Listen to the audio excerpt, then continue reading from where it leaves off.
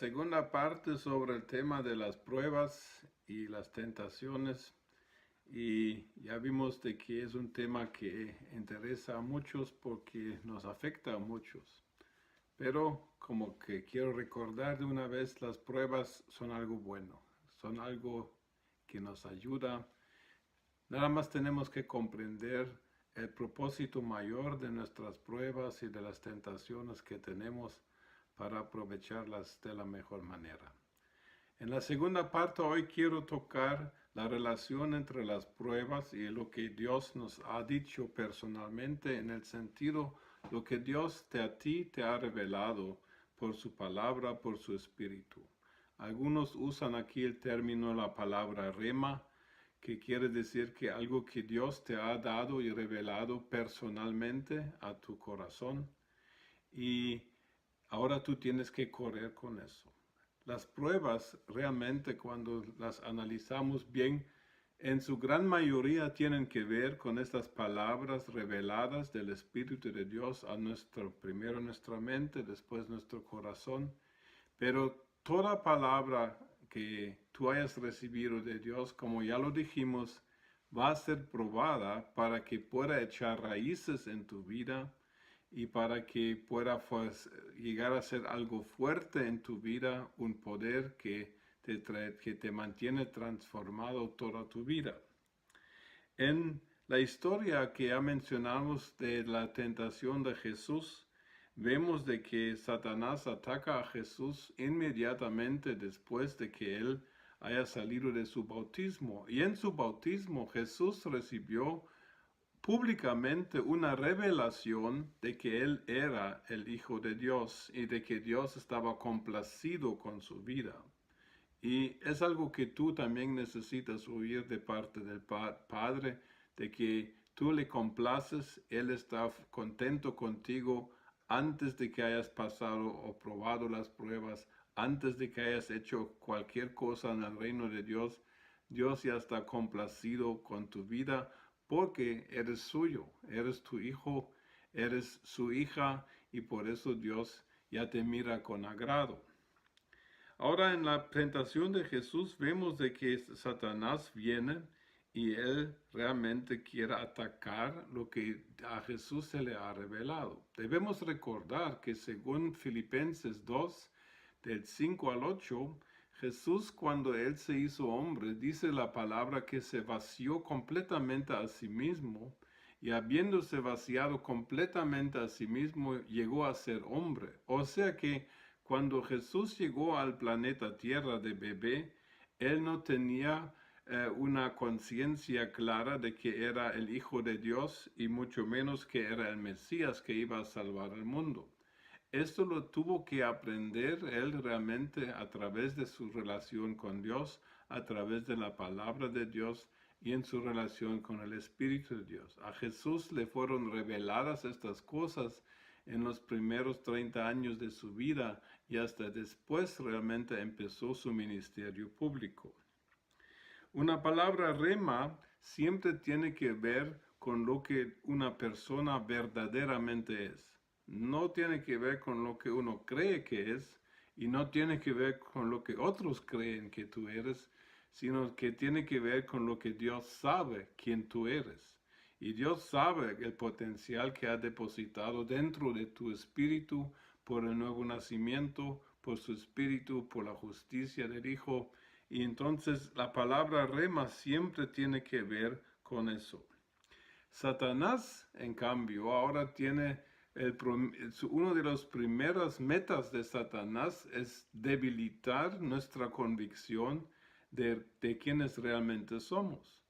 Y se ve claramente desde el principio en la Biblia de que Satanás, una de sus maneras de actuar, y realmente no ha cambiado mucho, es de poner en duda lo que Dios claramente ha dicho a una persona.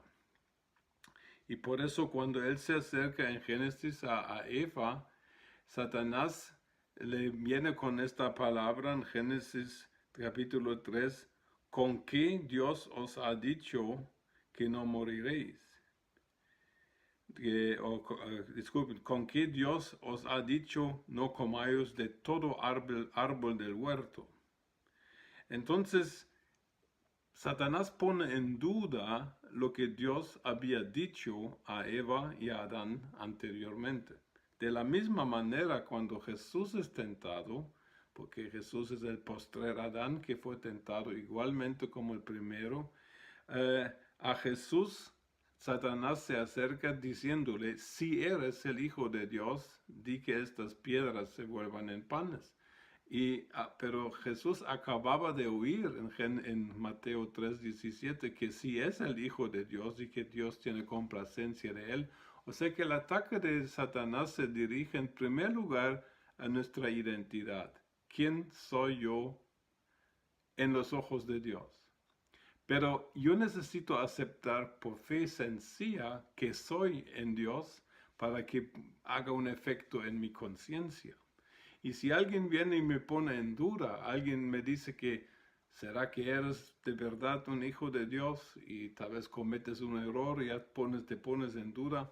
Aquí los cristianos tenemos que estar bien fuertes y firmes dentro de nuestro corazón.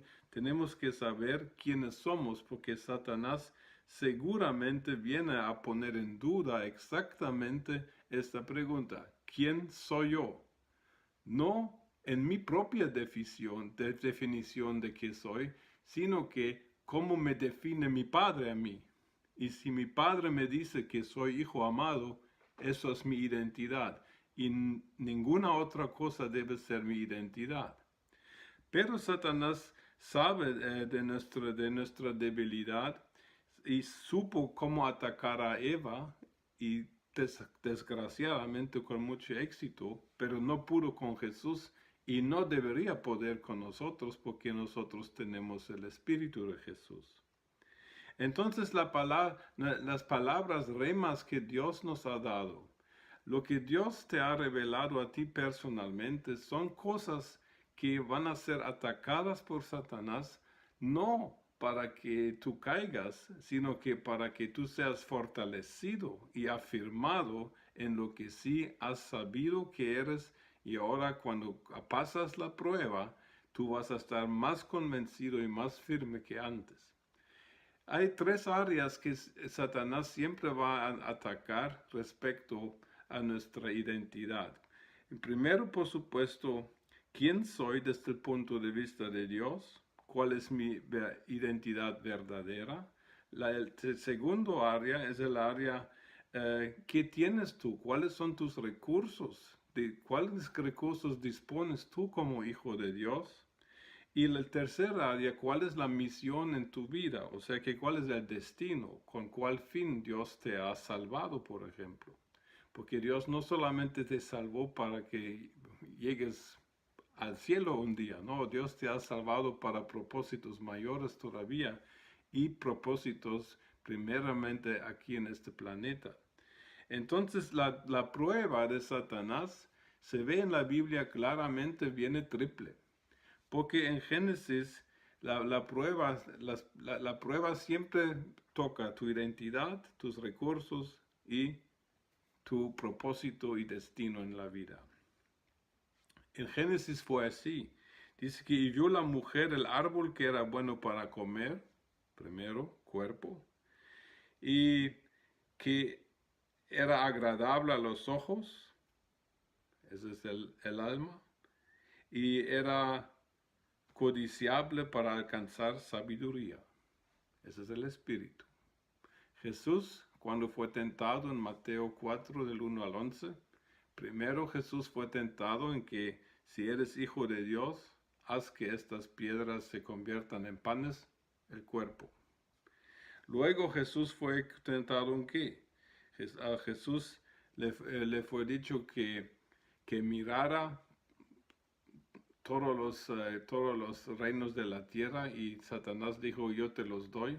Esa fue la tentación de los ojos, el alma, o sea que ser tentado en identificarse a través de las cosas que posee. Y la tercera tocó el espíritu cuando le pidió a Jesús que se tirara del pináculo del templo para luego eh, manifestar su poder divino, y esto era tocar el Espíritu.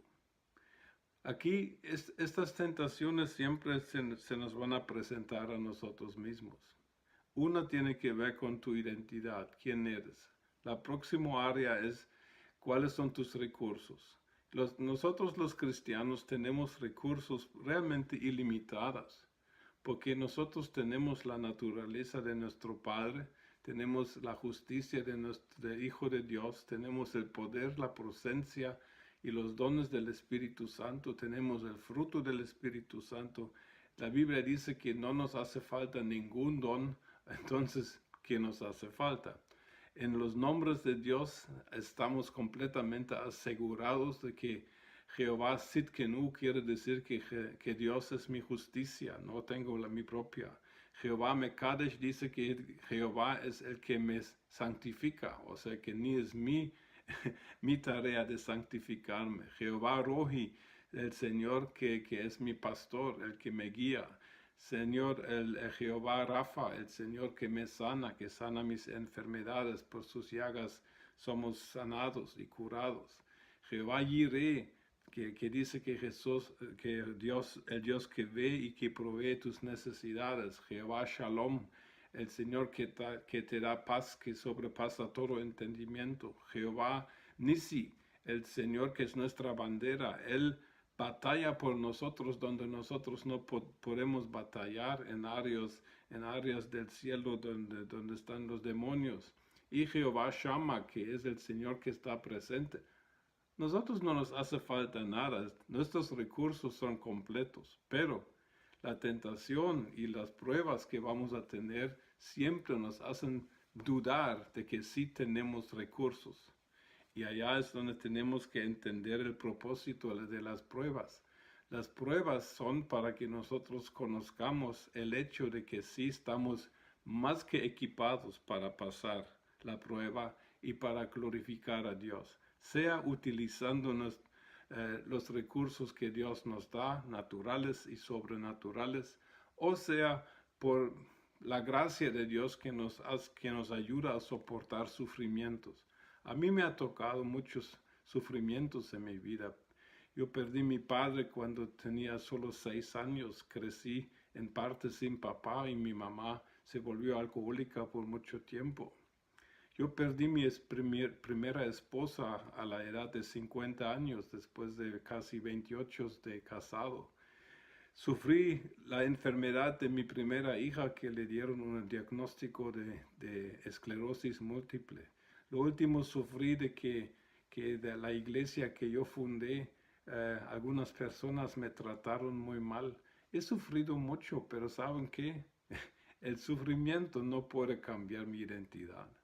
El sufrimiento no me va a poder dudar de que Dios es bueno y justo y que me ama. El sufrimiento no me puede quitar el destino que tengo y el llamado que tengo en la vida, porque yo sé de que hay un propósito mayor en todas estas cosas. Yo puedo identificarme con los que sufren. Yo he sido muy pobre, no teniendo nada, y he experimentado la mano de Dios proveernos sobrenaturalmente. He estado muy enfermo y he salido. He estado enfermo en el cuerpo, del alma, y aquí estoy todavía predicando y no voy a dejar de hacerlo hasta que el Señor me llame a su presencia. Las pruebas, en fin de cuentas, si nosotros las tomamos bien, nos van a revelar más de la bondad de Dios, de la perfección de Dios. Vamos a entender de que lo que Dios nos habló es algo correcto, es algo digno, pero allá es donde a veces cometemos nuestros errores y aumentamos nuestros propios sufrimientos, no porque es necesario, sino que porque no creemos exactamente lo que Dios nos ha dicho. Quiero volver al tema de cómo trabaja Satanás y cómo puede entrarse a la vida del hombre. Mire, Eva fue tentada y cayó porque cometió uno de los errores principales que podemos cometer. Y eso es añadir algo a la palabra de Dios, o añadir un entendimiento a la palabra de Dios que él nunca intentó. Sabemos de que cuando Satanás tocó a Eva, la tentación era nada más ponerle en duda en cuanto a comer del árbol de la vida. Pero sabemos lo siguiente, Dios había dicho respecto al árbol de la ciencia del bien y del mal lo siguiente. En Génesis 2, 16 y 17 había dicho Dios a Adán, y mandó Jehová Dios al hombre diciendo, de todo árbol del huerto podrás comer, mas del árbol de la ciencia del bien y del mal no comerás, porque el día que de él comiereis, ciertamente morirás. Cuando Eva es tentada en Génesis 3, respecto a comer de todo el fruto del huerto, hay un detalle interesante. Miren lo que dice Eva en Génesis 3, versículos 3, 2 y 3. Y la mujer respondió a la serpiente, del fruto de los árboles del huerto podemos comer, pero del fruto del árbol que está en medio del huerto, dijo Dios, no comeréis de él, ni le tocaréis para que no muráis. Miren, Eva añadió algo a la palabra de Dios, porque Dios nunca habló de no tocar este árbol. El árbol de la ciencia del bien y del mal podían subirse, acostarse en sus ramas, abrazar el árbol. Nada de esto era prohibido, pero Eva añadió algo a la palabra de Dios. Y eso es lo peligroso. Y cuando Satanás oye de que Eva ya no tenía la revelación de Dios clara, sino que la cambió a su manera, entonces allá Satanás entra con la mentira completa y les dice declaradamente, mintiendo, dice que no moriréis. Satanás necesita, él espera de que él pueda ver en nosotros de que hemos cambiado algo de la revelación que Dios nos dio. Y quitar y añadir algo a la palabra de Dios es algo que en el último capítulo de la Biblia de Génesis 22 es prohibido drásticamente. Es algo muy peligroso que no debemos hacer. Así que chequea bien qué es lo que Dios te ha dicho, qué es lo que Dios te ha revelado. ¿Lo has cambiado?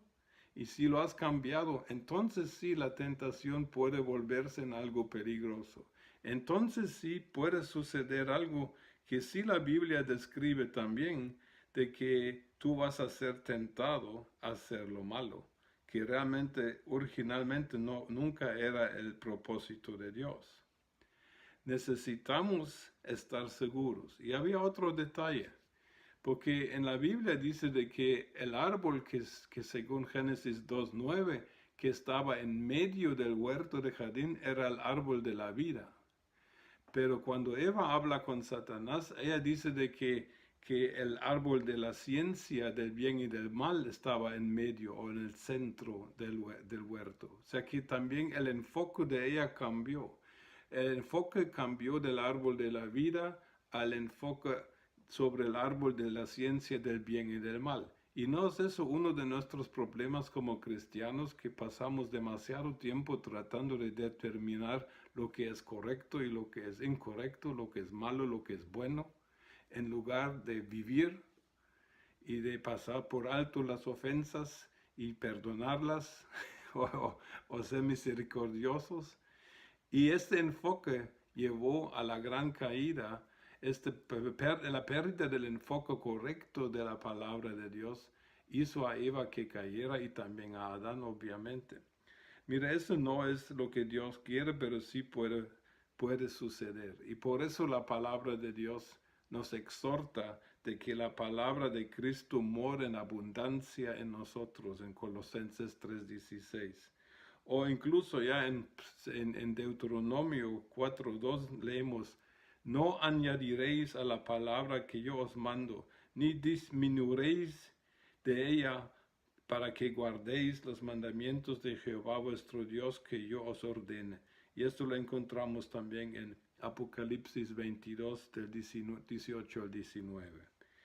Entendemos entonces que las palabras remas que Dios nos da, lo que Dios te da, palabras vivas que son para ti, que te hacen entender quién eres, cuál es tu valor, cuál es tu identidad verdadera, cuáles son tus recursos y cuál es tu destino y propósito en la vida.